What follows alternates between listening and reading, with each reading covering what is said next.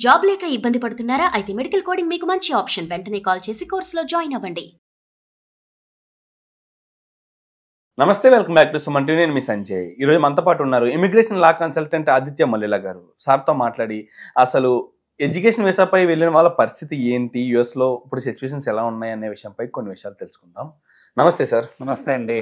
Sir, ఇప్పుడు education వీసాపై foreign వెళ్ళేవాళ్ళు చాలా మంది ఉన్నారు. ఇప్పుడు ట్రంప్ చూసుకుంటే అందరిని కొంచెం రిస్ట్రిక్షన్స్ అనేవి పెట్టేశారు. పార్ట్ టైం జాబ్స్ చేయడానికి లేదు, ఇల్లీగల్ జాబ్స్ చేయడానికి లేదు అని చెప్పేసి. అయితే అక్కడ వాళ్ళకి స్టూడెంట్స్ అందరూ కూడా ఈ పార్ట్ టైం జాబ్స్ పై బేస్ అయిపోయి ఉన్నారు. ఇలాంటప్పుడు పార్ట్ టైం జాబ్ చేయడానికి లేనప్పుడు పరిస్థితుల్లో వాళ్ళ పరిస్థితి ఏంటి?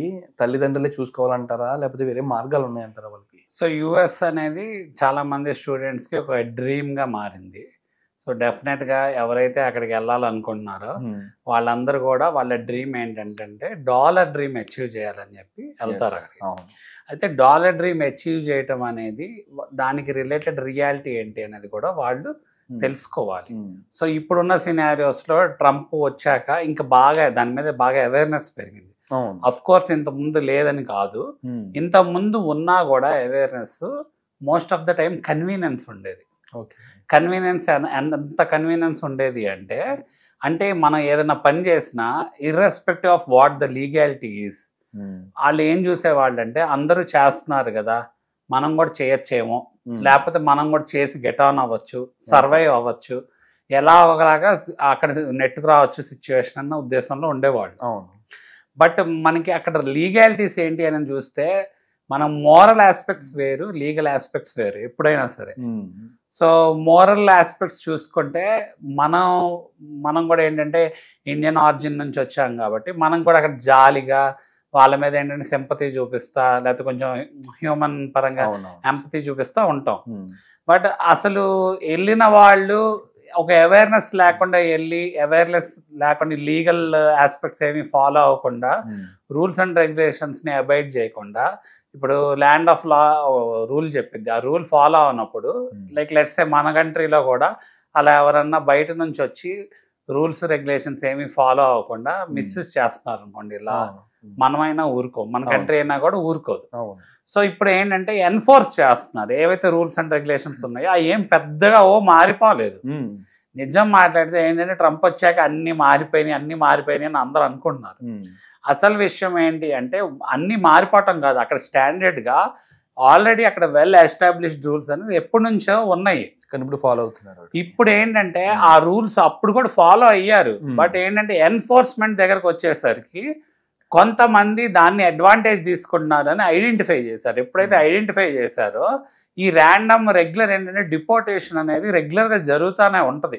సో సెవరల్ కారణాల వల్ల జరగచ్చు. ఒక్కోసారి ఏంటంటే మనకు ఓన్లీ స్మాల్ స్కేల్లో జరిగినవి ఇంత మీడియాలో ఇంత లైమ్ లైట్లోకి రాకపోవచ్చు, బట్ రెగ్యులర్గా అన్ని కంట్రీస్లో డిపోర్టేషన్లో ఏంటంటే డాక్యుమెంటేషన్ పరంగా డిపోర్టేషన్, లేకపోతే ఇల్లీగల్గా ఎవరన్నా ఇమిగ్రెంట్స్ ఉంటే వాళ్ళని డిపోర్టేషన్ చేయటం, లేకపోతే ఓవర్ స్టే చేసి అక్కడే ఉండిపోతే దొరికితే వాళ్ళని డిపోర్ట్ చేయటం, ఇలాంటివన్నీ, లేకపోతే బ్లాక్ లిస్టింగ్ చేయటం, ఇవన్నీ రెగ్యులర్గా జరుగుతుంటాయి. బట్ ట్రంప్ వచ్చాక ఎక్కువ మంది అక్యుములేట్ అయిపోతున్నారు. ఇది ఏంటంటే ఓన్లీ ఇండియా కోసమే మాత్రమే కాదు, సో ఒట్టి ఇండియన్స్ టార్గెట్ చేయడానికి మాత్రమే కాదు. సో మనం చూసుకుంటే యుఎస్ అనేది గ్లోబల్ కంట్రీ, మన వాళ్ళందరూ కూడా వెళ్ళేది ఎందుకు, గ్లోబల్ కంట్రీలో సెటిల్ అవ్వాలి, గ్లోబల్ ఎక్స్పోజర్ రావాలి. So different people from different diversified backgrounds అనేది ఉంటారు కదా. ఉన్నప్పుడు ఒకరిని టార్గెట్ చేసి చేయటం అనేది జరగదు. బట్ ఈ మొత్తం రూల్స్ని ఎవరైతే ఎక్కువ మైగ్రేట్ అవుతున్నారో, మన ఇప్పుడు మన కంట్రీ తీసుకుంటే పాపులేషన్ వైజ్ చాలా పెద్ద కంట్రీ, హ్యూజ్ కంట్రీ. అవునండి. మరి పాపులేషన్ వైజ్ మైగ్రేట్ అయ్యేప్పుడు ఎక్కువ మంది మైగ్రేట్ అవుతాం కదా, అలానే ఇల్లీగల్ గా మైగ్రేట్ అయ్యే కేటగిరీస్ చూస్తే పాపులేషన్ ఇంకా వేరే కంట్రీస్ నుంచి ఎక్కువ మంది ఉంటారు మనకంటే కూడా. బట్ మన వాళ్ళు కూడా ప్రతి వీసాలో అడ్వాంటేజ్ తీసుకొని, అంటే వీసా ఒక స్టేటస్ని అడ్వాంటేజ్ తీసుకొని అక్కడ రూల్స్ అండ్ రెగ్యులేషన్స్ ఫాలో అవ్వక వాళ్ళ కన్వీనియన్స్గా ఉండేది ఏంటో చేయటము వల్ల వీళ్ళు ఏంటంటే ఇప్పుడు ఇబ్బందులు పడుతున్నారు. ఎందుకంటే అలాంటి వాళ్ళందరినీ ఐడెంటిఫై చేసి ఆ స్ట్రిక్ట్ మెసేజ్ పంపిస్తున్నారు. ఒక స్ట్రిక్ట్ మెసేజ్ పంపిస్తే ఏంటంటే నెక్స్ట్ వచ్చే వాళ్ళు కానీ లేకపోతే ఇప్పుడు ఎవరైతే మిస్యూజ్ చేస్తున్నారు కానీ వాళ్ళు చేయకుండా ఉంటారు అన్న ఉద్దేశంతో. Okay sir. అయితే స్టూడెంట్స్ కి ఎప్పుడు కూడా దాని స్టూడెంట్ వీసా ఒక డైనమిక్స్ చూస్తే స్టూడెంట్ వీసాలో మనం వర్క్ చేయొచ్చా అంటే చేయొచ్చు. ఓకే, ఏ విధంగా? ఎప్పుడు ఎంత వర్క్ చేయొచ్చు, ఎలా వర్క్ చేయొచ్చు అని దానికి రూల్స్ అండ్ రెగ్యులేషన్స్ ఉన్నాయి. సో ఆ రూల్స్ అండ్ రెగ్యులేషన్స్ ఏంటి అంటే మన కరిక్యులం బేస్ చేసుకొని, ఇప్పుడు ఫర్ లెట్స్ సే మన ఇంటర్నేషనల్ స్టూడెంట్ గా క్లాసిఫై అవుతున్నాం, F1 కింద వీసా మీద వెళ్తుంటే, మరి వెళ్ళినప్పుడు ఓన్లీ ఆన్ క్యాంపస్ జాబ్స్ మాత్రమే మనం చేయటానికి ఉంటుంది. పర్ వీక్ ఓన్లీ 20 hours మాత్రమే చేయటానికి ఉంటుంది. ఓకే, అంటే ఆన్ క్యాంపస్ అంటే ఆన్ క్యాంపస్ అంటే మన వాళ్ళకి అక్కడ ఉన్న కాలేజ్ లో లేదా అక్కడ ఉన్న యూనివర్సిటీలో, యూజువల్ గా మన వాళ్ళు వెళ్ళేది యూనివర్సిటీస్ కదా, యూనివర్సిటీస్ లో అంటే ప్రైవేట్ యూనివర్సిటీస్ ఉంటాయి, పబ్లిక్ యూనివర్సిటీస్ ఉంటాయి. మనం అంటే వాడుక భాషలో ఇక్కడ కాలేజెస్ అంటాం. సో అక్కడ కమ్యూనిటీ కాలేజెస్ కూడా ఉంటాయి. బట్ మోస్ట్లీ ఏంటంటే అందరు యూనివర్సిటీస్కి వెళ్తారు. స్టాండర్డ్ గా ఉంటుంది యూనివర్సిటీస్ లో అయితే, బాగా చదువు బాగుంటుంది. యూనివర్సిటీస్ అని కానీ చాలా పెద్దవి ఉంటాయి. సో యూనివర్సిటీస్ లో కూడా రకరకాల జాబ్లు ఉంటాయి. రకరకాల జాబ్లు అంటే టెక్నికల్ జాబ్స్ ఉంటాయి, ఒక్కోసారి నాన్ టెక్నికల్ జాబ్స్ కూడా ఉంటాయి. స్టూడెంట్ వర్క్ కనుక మనం చేయాలనుకున్నప్పుడు మన ఆలోచన ఏంటి అంటే, మన కోర్స్ రిలేటెడ్ మన రెజ్యూమ్లో లేకపోతే మన కరికులం వీటేలో మన కెరియర్కి రిలేటెడ్ ప్రొఫైల్లో యాడ్ అవ్వాలి అంటే ఎలాంటి వర్క్స్ యాడ్ అవుతాయి అంటే, మన కోర్స్కి రిలేటెడ్ టెక్నికల్ జాబ్స్ ఏమైనా దొరుకుతున్నాయా లేవో ఆన్ క్యాంపస్ మనం చూసుకోగలం.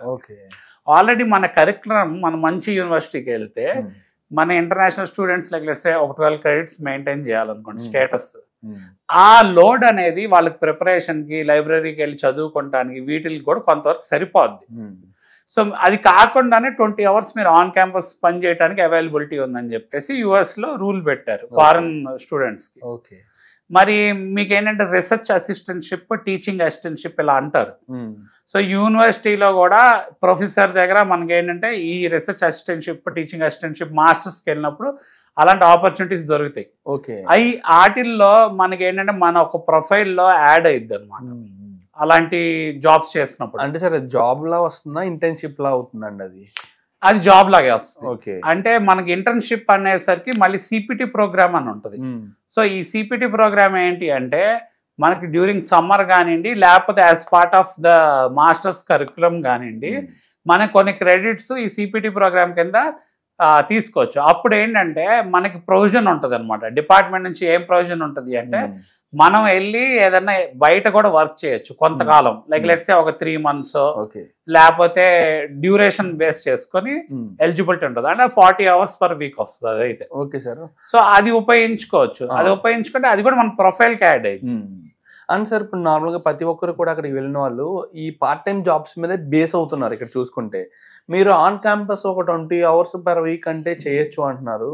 అంటే ఇప్పుడు ఇక్కడ నుంచి మైగ్రేట్ అయిన ప్రతి స్టూడెంట్ కి అక్కడ ఆ ఎలిజిబిలిటీ అంటే దొరుకుతుందంటారా, జాబ్ దొరుకుతుందంటారా on campus? So usual conventional విధానంలో అయితే అలా వర్క్ చేయాలంటే మ్యాండేటరీగా వాళ్ళకి గ్రీన్ కార్డ్ ఉండాలి. సో నేను మీకు EB-5 వీసాలో చెప్పాను ఎడ్యుకేషనల్ బెనిఫిట్స్ ఏముంటాయి EB-5 వీసా ద్వారా. సో EB-5 వీసా ద్వారా అంటే వీళ్ళు ఏంటంటే వాళ్ళ స్టేటస్ వేరు. అంటే ఇన్వెస్ట్మెంట్, గ్రీన్ కార్డ్ అనేది ఇన్వెస్ట్మెంట్ ద్వారా వస్తుంది కాబట్టి అలా ఆ కేటగిరీ గ్రీన్ కార్డ్ మీద ఉన్న వాళ్ళు లేకపోతే ఆ EB-5 వీసా మీద ఉన్న వాళ్ళకి బెనిఫిట్స్ ఏమొస్తాయి అంటే, మీరు అడిగిన దానికి చూస్తే వాళ్ళు చదువుకుంటా కూడా ఆఫ్ క్యాంపస్ జాబ్ చేసుకోవచ్చు. ఓకే, EB-5 వీసా అంటే మీరు ఇప్పుడు ఏం రిఫర్ చేస్తారు? ఇప్పుడు స్టూడెంట్ వీసా కన్నా EB-5 వీసా బెస్ట్ అంటారు? అంటే it's up to their choice. అంటే నేను సజెస్ట్ చేయటం అని కాదు. అంటే మీరు అడిగిన దాంట్లో మీరు ఏం అడిగారు అంటే ఏ పరిస్థితుల్లో చేయొచ్చు అని అడిగారు కదా. సో ఇంటర్నేషనల్ స్టూడెంట్ స్టేటస్ మీద ఉంటే మాత్రం చేయలేము. ఓకే, బట్ ఏంటంటే వేరే స్టేటస్ మీద ఉంటే మనం చేయగలం. వేరే స్టేటస్ కూడా కొన్ని ప్రొవిజన్స్ ఉంటాయి. ఇప్పుడు ఆ వేరే స్టేటస్ ఏంటి అంటే, నేను ఇప్పుడు చెప్పా కదా EB-5 వీసా స్టేటస్ అనేది, దాని మీద మీరు వర్క్ చేసుకోవచ్చు. ప్లస్ ఏంటంటే మీకు ట్యూషన్ ఫీ కూడా తక్కువ ఉంటుంది. ఇన్ స్టేట్ కనుక మీరు క్వాలిఫై అయితే ట్యూషన్ ఫీ పరంగా చూసుకుంటే ఆల్మోస్ట్ ఇప్పుడు ఒక మనిషి ఒక 50 లక్షలు కడుతున్నాడు అనుకోండి, కొన్ని స్టేట్స్ లో ఇన్ స్టేట్ మీరు క్వాలిఫై అయితే జస్ట్ ఒక 30 lakhs 20 lakhs మీ ట్యూషన్ ఫీ అయిపోయే సిచ్యువేషన్. ఓకే, ఇప్పుడు మనకి ఇన్కమ్ సోర్స్ ఏంటి, అక్కడ రూల్స్ అండ్ రెగ్యులేషన్స్ ఏంటి అని ఇప్పుడు వెతుకుతూ భయపడుతూ ఉన్నారు అందరూ కూడా. డెఫినెట్ గా సోర్స్ అనేది ఉందని చెప్పేసి మీరు తెలియజేశారు. అవును, సోర్స్ ఏంటంటే ముందు వెళ్ళిన వాళ్ళకి రీజనబుల్ ఎక్స్పెక్టేషన్స్ ఉండాలి, లేకపోతే వాళ్ళకి ఇనఫ్ అమౌంట్ ఆఫ్ డబ్బులు పెట్టుకొని వాళ్ళు వెళ్ళాలి. ఎందుకంటే వాళ్ళు డిక్లేర్ చేసేటప్పుడు కూడా ఏమని డిక్లేర్ చేస్తారంటే, మా దగ్గర రిసోర్సెస్ ఉన్నాయి, లేకపోతే ఎవరో మాకు ఎడ్యుకేషన్ కి స్పాన్సర్ చేస్తున్నారు అని చెప్తారు. దాన్ని దాన్ని బేస్ చేసుకునే వాళ్ళకి అక్కడ అడ్మిట్స్ వస్తాయి లేదా వీసా స్టాంపింగ్ అయింది. అందుకని ఏంటంటే ఇప్పుడు వెళ్ళే వాళ్ళు కూడా వాళ్ళకి రిటర్న్ ఆన్ ఇన్వెస్ట్మెంట్ అవ్వాలి అంటే లాంగ్ టర్మ్ లో రిటర్న్ ఆన్ ఇన్వెస్ట్మెంట్ అయింది. అంతేగాని స్టార్టింగ్ డే నుంచే మన డాలర్స్ లేదా స్టూడెంట్ వీసాగా వర్క్ చేసుకుని ఎర్న్ చేసేద్దాము మొత్తం తీర్చేద్దాము అన్న ఆలోచనలో ఉంటే అది ఇల్లీగల్ గా క్లాసిఫై అవుతుంది కాబట్టి ఇబ్బందులు పడే అవకాశం ఉంది కాబట్టి దాన్ని అవాయిడ్ చేస్తే బెస్ట్. అంటే సార్ ఇప్పుడు ఆన్ క్యాంపస్ కూడా దానికి ఏమైనా ఎలిజిబిలిటీ ఉందా సార్ వాళ్ళకి? ఆన్ క్యాంపస్ ఎలిజిబిలిటీ ఏంటి అంటే అగైన్ మనకి అక్కడ ఒక జాబ్ ఒక రోల్ బట్టి రిక్వైర్మెంట్ బట్టి ఉంటుంది. ఓకే, వాళ్ళు చూస్ చేసుకొని పిక్ చేసుకోవాలి. దానికి కూడా ఒకసారి కాంపిటీషన్ ఉండి దొరకని సిచ్యువేషన్ కూడా ఉంటుంది. అంటే సార్ ఆన్ క్యాంపస్ అక్కడికి వెళ్ళిన ఫారినర్సే చేయాలా లేకపోతే బయట వాళ్ళు కూడా చేసే ఎవరైనా చేయొచ్చు. అంటే బయట వాళ్ళు కూడా కాంపిటీషన్ అక్కడ వాళ్ళతో కూడా ఎవరైనా చేయొచ్చు. Okay, sure sir, absolutely sir. Thank you sir, thank you very much sir. Thank you అండి.